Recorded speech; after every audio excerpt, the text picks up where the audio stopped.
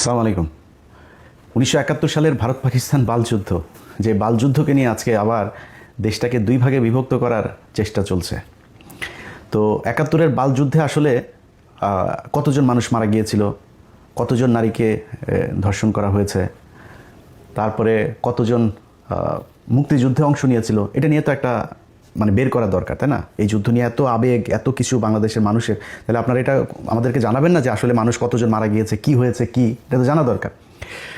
তো Bangla এডিশনের crime addition থেকে গত 3 মাস মতো আগে আমি বললাম যে এটা নিয়ে আমরা একটা জরিপ করি, সারা দেশে ঘুরে ঘুরে তারপরে করি। তো আমরা তো ছোটোবেলা থেকে শুনে আসছি যে 2 লাখ মা বোনের ইজ্জতের বিনিময়ে তারপরে বাংলাদেশ নাকি স্বাধীন হয়েছে। এবং আমি 2012 সালের আগ পর্যন্ত আমি কিন্তু হাফ চেতনাধারী ছিলাম। আমি বিশ্বাস করতাম আসলে পাকিস্তানির এতগুলি মানুষের, সেই যে ছোটোবেলা থেকে দেখেছেন না, এই যে সিনেমার মধ্যে দেখানো হয়তো নিজের সন্তানকে আপনার বাইরে বের করে দিয়ে মুক্তিযোদ্ধাকে ওনার ওর খেতার ভিতরে ঢুকায় দিয়ে তারপরে বাঁচিয়ে রেখেছে। ওই সিনেমা দেখেছেন না, কি যেন হাঙন নদীর গ্রেনেড না কি যেন সিনেমার নাম। এসব সিনেমা নাটক দেখায়া আর দাড়িওয়ালা লোকজনরে বানানো হয়েছে আপনার রাজাকার। এটা বানায়ে তারপরে সারা দেশের মানুষকে ব্যাপক এক উত্তেজনার মধ্যে ঢুকিয়ে দেওয়া হয়েছিল। তো 12 সালের পর থেকে আমি মুসলমান হই। আমার ধর্মের প্রতি, ইসলামের প্রতি, বাংলাদেশে আসলে মুসলমানদেরকে নিয়ে তারপরে কি ষড়যন্ত্র, ভারতের ব্যাপারে আমি কিন্তু এই অনেক হিন্দি সিনেমা দেখেছি, হিন্দি গান, এখনও ওদের নিয়ে বিনোদন, এটা তো বিনোদনের জন্য দেখা, এখনও সত্যি কথা হিন্দি গান শুনি। তো এখন এই যে আপনি এগুলি যে আপনি করলেন, 71-এর যে যুদ্ধ নিয়ে আমাদেরকে যা যা দেখাইলেন, আমরা এক ব্যাপক এক উত্তেজনাশীল চেতনাধারী এক জাতিতে পরিণত হইলাম। সেই জাতিকে আপনি বুঝাইলেন 2 লাখ মানুষকে এই করার। তো আমরা প্রথমে গেলাম মন্ত্রণালয়ে একটু খোঁজ নিতে, যে মন্ত্রণালয়ে তো নিশ্চয়ই সেই 2 লাখের না থাকে, 1 লাখের তো থাকবে না, 50,000, 5,000, 1,000 তো থাকার কথা। মন্ত্রণালয়ের কাছে তালিকায় নাম আছে মাত্র 530 জন। কোনো সমস্যা নেই ভাই, 530 জনও ইটস হিউজ। আমি এটাও যদি 530 জন যদি ধর্ষণের শিকার হয়ে থাকে, আমি সেটার বিচার চাই, সেটাকে আমি ব্যাপক ন্যাক্কারজনক হিসাবে দেখতে চাই। এই 513 জনের মধ্যে 30 জনের মধ্যে আমি গেলাম আমরা অনুসন্ধান করতে। এর মধ্যে ঢাকা বিভাগটা দিয়ে আমরা শুরু করলাম। তো মন্ত্রণালয়ের হিসাব অনুযায়ী ঢাকা বিভাগে ধর্ষিত হয়েছেন হলো 69 জন। এই 69 জনের পেছনে খোঁজ নিতে গিয়া ভাই যা দেখলাম, আইরে ভাই, পাকিস্তানের মিলিটারিরা এত ধর্ষণ করে গেল। এই 69 জনের মধ্যে কারোর গ্রামই নাই। একটা মানুষের নাম দেওয়া হয়েছে, এই ঢাকার কেরানীগঞ্জে গ্রাম নাম দেওয়া হয়েছে, সেই গ্রাম বলে কোনো গ্রামই নাই, কেউ মানুষ নাই, সেই নামের কোনো মানুষও এলাকায় নাই। একজন আছে ফাতেমা বিবি। ফাতেমা বিবি একাই 300-400 মিলিটারিকে সে এক বিস্ফোরণ বানিয়েছেন। তিনি বিস্ফোরণ বানিয়ে বলে মরিচের গুঁড়া টুড়া, হলুদের গুঁড়া, ঝাল মশলা দিয়ে মাখায় টাকায় তিনি এক বিস্ফোরণ বানিয়েছিলেন। সেই বিস্ফোরণ দিয়ে তারপরে পাকিস্তানের 400-500 মানুষকে মেরেছেন। 14-13 জনের আপনার এই গোপনাঙ্গ কেটেছেন পাকিস্তানি মিলিটারিদের। গোপনাঙ্গ কেটে ওর ওর এর মধ্যে আপনার উঠানের মধ্যে ওনাকে শুটকি বানাতে দিয়েছিল সেই গোপনাঙ্গ দিয়ে। এই হলো গিয়া, শুনেন একটু ক্রাইম এডিশনের সেই প্রোগ্রামটা অল্প একটু কথা শুনেন, শুনলে বুঝবেন কি বলে। একটা পাঁচফোড়ন তৈরি করলাম, কিছু ছাই, তামুকের ফাঁকি, মরিচের ফাঁকি দিয়ে ছোট্ট ছোট্ট করে গোল্লা বানাইয়া এক একজনের হাতে দিতাম। অনেক মানুষ ছিল, এদেরকে হাতে দিতাম, ওরা গাছের আগায় আগায় থাকতো। যখন ওইটা যখন পড়তো তখন ওরা আসলে পরা ছিঁড়ে মারলে ওরা ওকে নাক মুখ চোখ মুখ কানা হয়ে যেত গা, তখন ওদের অস্ত্র মস্ত্র আমরা চিনে এনে মুক্তিযোদ্ধাদেরকে দিতাম। বহু অপারেশন করছি আমরা নিজের হাতে, না হইলে কমসে কম আমার এই হাত দেয়, না হইলে 2 থেকে 500 আমি মারছি। আমি 11 জনের জীবিত অবস্থায় তাদের পুরুষঙ্গ কেটে লেছিলাম কাঁচি দিয়া, বব কাঁচি দিয়ে কাইটটা আমি টাকি মাছের মতন শুটকি দিছিলাম। এই হইল কি আমাদের মুক্তিযুদ্ধের ধর্ষিতাদের অবস্থা। 530 জনের মধ্যে একজনকে, পুরো ঢাকা বিভাগে আমরা একজনের খুঁজে পাইনি যেটা বাস্তবিক পক্ষে বাস্তবিক অর্থে কেউ ধর্ষিত হয়েছে এই প্রমাণ দিতে পারে। নানান ধরনের গল্প, এই করেছে ওই করেছে, 3টা কোশ্চেন করলে এরপরে ঘুরপেচ খাওয়া যায়। আমার 4-5টা ভাইকে, আপনার 4 ভাই আর 1 বোনকে মারা হয়েছে 71 সালে। সেই 4 ভাইয়ের নাম বলতে বললে একবার এক ভাইদের নাম বলে। আবার পেটের বাচ্চা মারা গিয়েছে, বাচ্চার বয়স কত ছিল, পাশের থেকে আরেকজন বলে আপনার তো বাচ্চাটা ছিল না, পেটের ভেতরে শহীদ হয়েছেন। শুনেন একটু কি বলে। ফরিদ, আরেক ভাইয়ের নাম ছিল দরবেশ, আরেক ভাইয়ের নাম ছিল মনসুর আলী, আরেক ভাইয়ের নাম ছিল নূর মোহাম্মদ, আমার বোনের নাম ছিল নাজমা। আমার ছোট ছিল, আমার বোনকে ওই জায়গায় মাইরে ফেললো ফরিদ, শেখ ফরিদ। আমার আরেকটা ভাইয়ের নামও শেখ ফরিদ আছে, জীবিত, এটা না আগে ছিল আমার বড়। আরেক ভাইয়ের নাম আছিল যে আবুল ফরাজ, আরেকজনের নাম আছিল মনসুর আলী। আর বোনের নাম ছিল নাজমা। আমার প্রথম সন্তান শহীদ হয়েছে, দ্বিতীয় সন্তান মুক্তিযুদ্ধের শহীদ। হ্যাঁ, মুক্তিযোদ্ধার সময় শহীদ হয়েছে। দ্বিতীয় সন্তান মুক্তিযুদ্ধের সময় আপনার বয়স ছিল 20-22 বছর। হ্যাঁ, আপনার ছেলের বয়স কত তখন? তখন মনে করেন ছেলে আমার গর্বে শহীদ হয়েছে, গর্ভ অবস্থায় শহীদ হয়েছে। এইভাবে আমাদেরকে এই গাঁজাখড়ি গল্প শোনায়া একটা বিশাল প্রজন্মকে আমাদের 54 বছর ধরে অন্ধ বানিয়ে রাখা হয়েছে। আমরা আসলে যদি মুক্তিযুদ্ধের সময় কোনো মানুষ মারা গিয়েছে কিনা, কেউ রেপড হয়েছে কিনা, কতজন হয়েছে, আমরা এটা জানতে চাই, আমরা শুনতে চাই, এটা জানুক এই জাতি। কেউ জানে নাই। মুজিব এই শালায় ওর এক কমিশন গঠন করেছিল, আচ্ছা খোঁজ নে তো দেখ কয়জন মারা গিয়েছিল। সারা দেশে মিলা ওরা এই মুক্তিযুদ্ধের সময় নিহত মানুষ পেয়েছিল হইল 33 জন। এই 33 জন পাওয়ার পরে আর খুঁজে পায় না, কয় তাহলে বাদ দে, এটা নিয়ে আর আলাপ দরকার নাই। এরপরে আর কেউ সেই আলাপে যায়নি, সবাই এটা নিয়ে রাজনীতি করেছে। ভাই 530 জন যদি ধর্ষিত হয়ে থাকে, এটা আমি মনে করি যে ব্যাপক মানবতা বিরোধী অপরাধ। এটার সাথে যে যে জড়িত ছিল মারা তো যাইতে হবে। এক একটা 68,000 গ্রাম দিয়ে যদি আপনি 2 লাখের ভাগ করেন 2.90, প্রায় 3 জন করে পড়ে। এই 3 জন করে আপনার গ্রামে আছে, আপনার জেলায় আছে, আপনার বিভাগে আছে। কারোর কাছে শুনেছেন যে কারোর বিভাগে আছে? কেউ বলতে পারবেন যে কার মা বোন রে, আওয়ামী লীগের কারো মা বোন রে যদি নাকি পাকিস্তানিরা লাগায় যায়, তোরা তালিকাটা আমার কাছে দিস, আমরা খোঁজ খবর নিব, নিয়ে তারপর দেখবো তোর মা বোনদের ভ্যাজাইনাল চেকআপ টেকআপ করায় তারপরে নিয়ে আসবো না, দেখবো না কী হয়। এটা করে কি করা হয়েছে? পাকিস্তানিদের সাথে আমাদের একটা বিরাট দূরত্ব তৈরি করা হয়েছে। এই দূরত্ব তৈরি করেই তারপরে এই যে শালারা যে বলে যে মুক্তিযুদ্ধ, তুই মুক্তিযোদ্ধাতেই 16 ডিসেম্বর, এই যে কদিন পরে বাল দিবস আসতেছে, একটা বিজয় দিবস, বালের মুক্তি বিজয় দিবস রে। ভারতীয়রা পাকিস্তানিদের কাছ থেকে দেশ লেখা নিল, একটা সেক্টর কমান্ডার থাকতে পারেনি একজন। এই যে ছবিটা, এই যে সাইন করার যে ছবিটা, একজন বাংলাদেশি আছে, সব ইন্ডিয়ানরা। তা আমার কিসের বিজয় দিবস? এরপরে ইন্ডিয়ান মিলিটারিরা এই এসে আমাদের দেশের সব কল কারখানা যা যা আছে সব কিছু নিয়ে গেল। আজকে আমরা বলি না যে আমাদেরকে ব্যাপকভাবে বঞ্চিত করা হয়েছে, উনি পশ্চিম পাকিস্তান পূর্ব পাকিস্তান থেকে সব নিয়ে যেত, পূর্ব পাকিস্তানে কিচ্ছু করা হয় নাই। ভাই ইতিহাস যা গিয়েছে সব বাদ দেন, কয়জন ধর্ষণ হয়েছে বাদ দেন, মুক্তিযোদ্ধা কজন ছিল আর নিহত কজন হয়েছে সব বাদ দেন, ওগুলি পাস্ট। আপনি বর্তমান নিয়ে করতে চান, আপনি দেখবেন যে পাকিস্তানের এই যখন কিনা আমাদের 1971 আগ পর্যন্ত যখন একসাথে ছিলাম, তখন পর্যন্ত আমাদের দেশে কী মিল কল কারখানা কী হয়েছে, হসপিটাল স্কুল কলেজ যা যা হয়েছে, এটা তো এখন আছে, তাই না? আমরা গুগলে সার্চ দিলে পাবো না? আচ্ছা ভাই, আপনি কি জানেন যে এই যে বুয়েট কারা করেছে জানেন? এই যে বঙ্গবন্ধু শেখ মুজিব মেডিকেল কলেজ 1965 সালে এটা করা, সেখান থেকে এসে তারপরে আপনার এটা নাম দিয়েছে 1998 সালে এটা নাম পরিবর্তন করে তারপরে আওয়ামী লীগ এটা করেছে।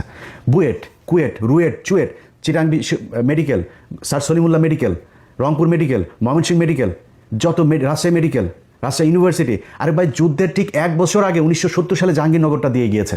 মিল কলকারখানার নাম শুনবেন, Adamjee jute mill, Dhaka jute mills limited, Amin jute mills limited, Khulna jute mills, Karnaphuli rayon mill, Pragati industries, Kaptai জলবিদ্যুৎ, Chandrakona paper mill, Ispahani cotton mills, Khulna newsprint, Chittagong dry dock, eastern refinery limited, যা যা আছে এগুলো সব পাকিস্তান করে দিয়ে গিয়েছে। আপনি জানেন এই যে কমলাপুরটা আছে না, আমাদের বিশাল সুন্দর এক কমলাপুর পাকিস্তান করে দিয়েছে। যে জাতীয় সংসদ ভবনটা আছে না, এই সংসদ ভবনটা এই পাকিস্তান তারপরে করে দিয়ে গিয়েছে এই দেশে।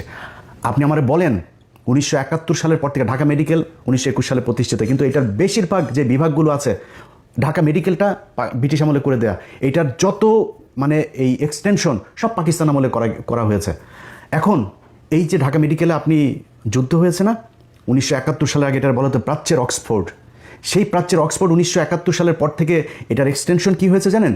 1974 সালে চারুকলা একাডেমি অনুষদ, চারুকলা এক অনুষদ ছাড়া এই ঢাকা মেডিকেলে, ঢাকা বিশ্ববিদ্যালয়ের যা যা আছে সব কিছু অধপতন হয়েছে। একটা মিল কলকারখানা বলেন তো, কোন মিল কলকারখানা আমাদের এই দেশে হয়েছে 1971 সালের পরে?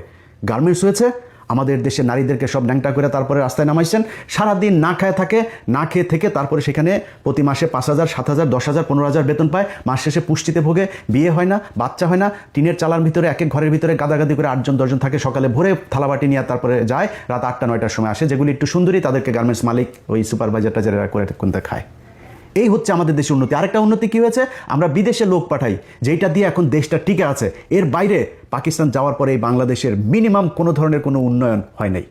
আজকে এই যে আমাদের স্মার্টা যেসব নারীরা আছে না, যারা পাকিস্তানের বলে পাকিস্তান, ওরা কি ইউটিউবে সার্চ দিয়ে দেখেন পাকিস্তানের, আর ওরা পাকিস্তানের নারীরা সারাদিন ওরা মনে হয় যেন যদি পাকিস্তান নিয়ে কিছু বলে, মানে ওইখানে কয়েকটা বোম টোম পরে আছে মসজিদের ভেতরে, মুসল্লিরা নামাজ পড়ে, মেয়েরা সব একদম বুরকা টুরকা পরে হয়ে থাকে। পাকিস্তানে গিয়ে দেখেছেন কোনোদিন? ইউটিউবে দেখেন। জীবনের ইচ্ছা আছে পাকিস্তানে যাবো, ইনশাল্লাহ সৌদিতে যাবো আর পাকিস্তানে 2 জায়গায় যাওয়ার খুব ইচ্ছা আছে, স্বপ্ন আছে, যাবো। সেখানে ইউটিউবের মধ্যে ঘুরলে তারপরে দেখা যায় আর ভাই ইসলামাবাদের হাইওয়েগুলি দেখছিস ইউটিউবে, ওটা কি আমেরিকা না পাকিস্তান এটা বোঝা যায় না। পাকিস্তান এমন কোনো জিনিস আছে যেটা কিনা তারা বিদেশ থেকে রপ্তানি করা লাগে, সব নিজেরা তৈরি করে। এই 2 দিন আগে ব্যালিস্টিক মিসাইল তারা করেছে, উৎক্ষেপণ করেছে। কি করে নাই তারা? মোটর সাইকেল, গাড়ি থেকে শুরু করে সব উৎপাদন করে। চিকিৎসা, তাদের চিকিৎসা খাতের অবস্থা জানেন? তাদের সাথে এখন আমাদের ব্যারিকেড তৈরি করে রাখা হয়েছে। এই ডিসেম্বরে আপনার কতদিন ধরে শুনছি বাংলাদেশ ঢাকা থেকে ইসলামাবাদে সরাসরি ফ্লাইট হবে, চালু হয় না। কারণ ওইখানে গেলে পাকিস্তানের যে ট্রিটমেন্ট ব্যবস্থা, এটা ইন্ডিয়ার সাথে আমাদের তখন একটা এই মানে এখান থেকে রোগী কিছু ভাগাভাগি হয়ে যাবে পাকিস্তানে, এটা কোনোদিনও চায় না। যেই কারণে এই ইন্ডিয়ার যারা কিনা এই বাংলাদেশের যে দালালরা আছে তারা চায় না পাকিস্তানের সাথে সরাসরি কোনো সংযোগ হোক। পাকিস্তানি কাপড় চোপড়, পাকিস্তানি পোশাক, পাকিস্তানি, আরে ভাই তোরা যে মানে এই মডেল হবি, আমরা মডেল পেয়েছি পুরিমণি, আমরা মডেল পেয়েছি নীরা ইসরাফিল, এই হলো মডেল। পাকিস্তানের মডেল দেখছি ভাই, মডেলও যদি সুন্দরীও দেখতে চাই, এই যে আমাদেরকে যে মানে বঞ্চিত করা হয়েছে, বঞ্চিত আগে করা হয়নি এখন করা হয়েছে। বাংলাদেশের ফকিনের বাচ্চারা তোদের মতো মডেল দেখে তো আমাদের এই ফেসবুকে আমাদের সময় নষ্ট করতে না। আমরা মডেল দেখতে পারতাম পাকিস্তানি মডেল, ওইটা হয়তো আমাদের মডেল। দেখছিস ওদের কোন দিক থেকে যাবি পাকিস্তানের সাথে বল? তো এখন আমাদের সব দিক থেকে বঞ্চিত করে ওরা পাকিস্তানের সাথে এই গ্যাঞ্জাম বাধাই দিয়ে এগুলো করেছে। ভাই পাকিস্তানের সাথে আমরা আলাদা হয়েছি, সারা পৃথিবী যদি চেষ্টা করে পাকিস্তানের সাথে বাংলাদেশ কোনোদিন আলাদা হবে না, মানে এই এক হবে না। কিন্তু আমাদের যে সুযোগ সুবিধা যা দরকার আমি পাকিস্তানের কাছ থেকে নিব। পাকিস্তানের সাথে আমার সম্পর্ক যদি ভালো থাকে, তাদের যে নিউক্লিয়ার আছে সেটা তারা নিজেরাই বলে বাংলাদেশ ভাই তেরে আমার যদি লাগে তাহলে তোরে দিয়ে দিব, কোনো সমস্যা নেই। আমি কেন তার সাথে গ্যাঞ্জাম লাগবো? আমার যতটুকু দরকার আমি ততটুকু সম্পর্ক তার সাথে ভালো রাখবো। এখন এগুলো করতে দেওয়া যাবে না। এই যে এখন মাঝে মধ্যে দেখেন না 32 নম্বরকে বাঁচানোর জন্য তারপরে কিছু যোদ্ধা রাস্তায় নেমেছে। 32 নম্বরে কি বালরে? এই 32 নম্বর হলো এই শেখ মুজিব 45,000 মানুষকে মেরেছে। এই 32 নম্বর তো সেই জায়গা। এই 32 নম্বরে বসে বসে 15,000 জাসদের নেতাকর্মীকে হত্যা করা হয়েছে।